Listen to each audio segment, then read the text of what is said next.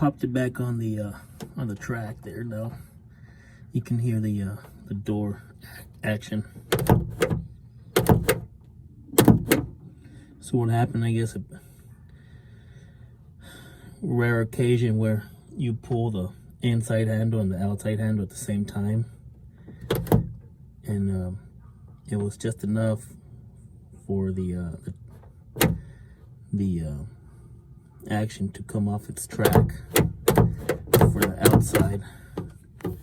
Inside is good.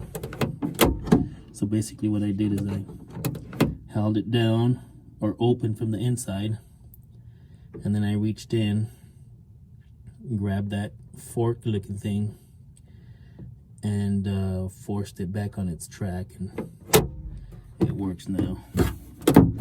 Before, you wouldn't hear any kind of action out here.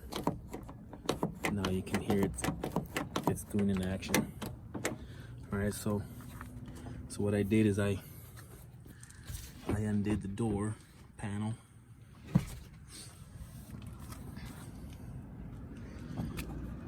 There's a screw here, and there's a screw you gotta undo from inside the handle. It's just 2 screws, and then just do the reverse order. Got the JL audio. Very, very good sounding speakers.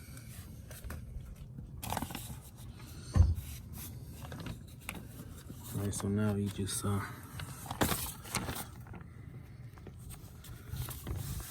put this back, this liner back on here, this weather guard, I guess, to keep moisture out or whatever.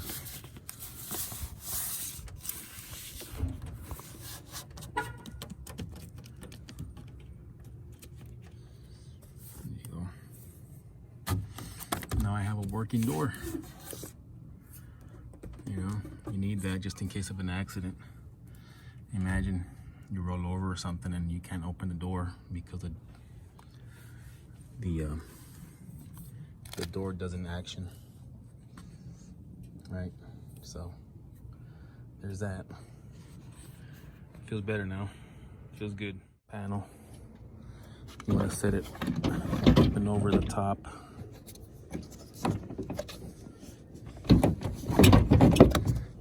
Kind of difficult with one hand. I guess I need to get a tripod or something. But you get the idea. You just set it back on top. And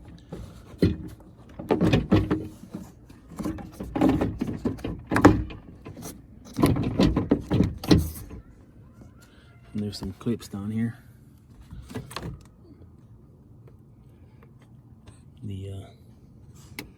There's a hole right there for the clip, right there.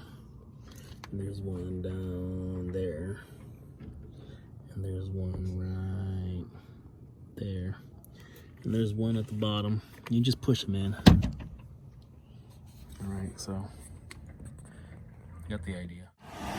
There's this weather strip here. Make sure you don't bite it. This little flap needs to be on the outside. Just before you slam it with your fist, your palm, just make sure you have it nice and settled. Right.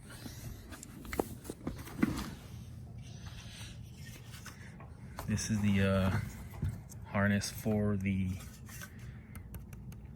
power window.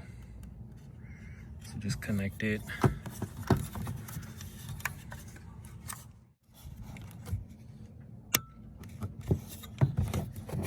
Yep. It's got this clip. Sit in there. Nice little shove.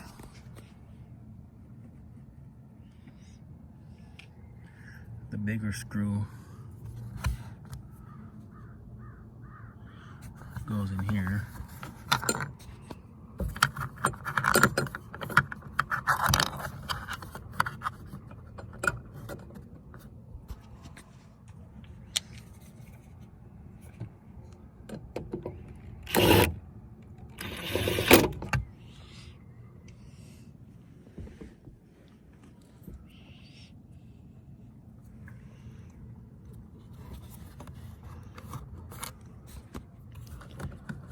cover back. Shove it in there.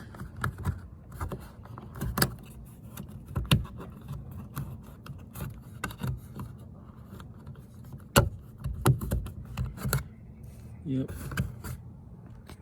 Next one is the door handle. Bezel.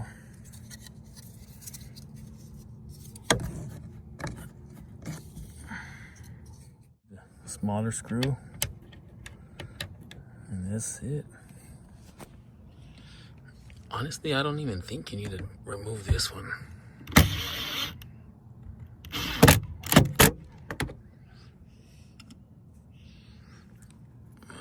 Put this little tab in there.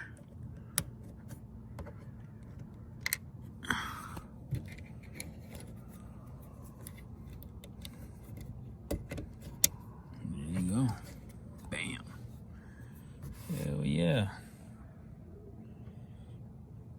There you have it, folks. 2004 Subaru Forester 2.5X bottom of the barrel base model. Not too shabby. 5-speed. Had to cut a hole in there to fit that 7-inch Alpine deck. That thing's a badass. It's got that bubble there because it still has the screen protector or whatever from factory. I just haven't removed it. It doesn't bother me. Touchscreen works just fine. Yes, sir. Got a dash cam up on the behind the visor there. I mean the rear view mirror.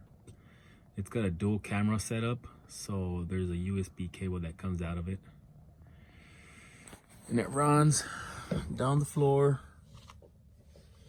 And I got the rear facing camera there. Works pretty badass. So what it does, the camera creates 2 files, one for the front, one for the back, and they're in 2 different folders. So they're under directory DCIM, I guess, and then you got 1 and 2. 1 is the front, 2 is the back. Yep. 1080p or 4K, I don't even remember, but it looks pretty clear. Even with the 215s bumping in the back, it's all right.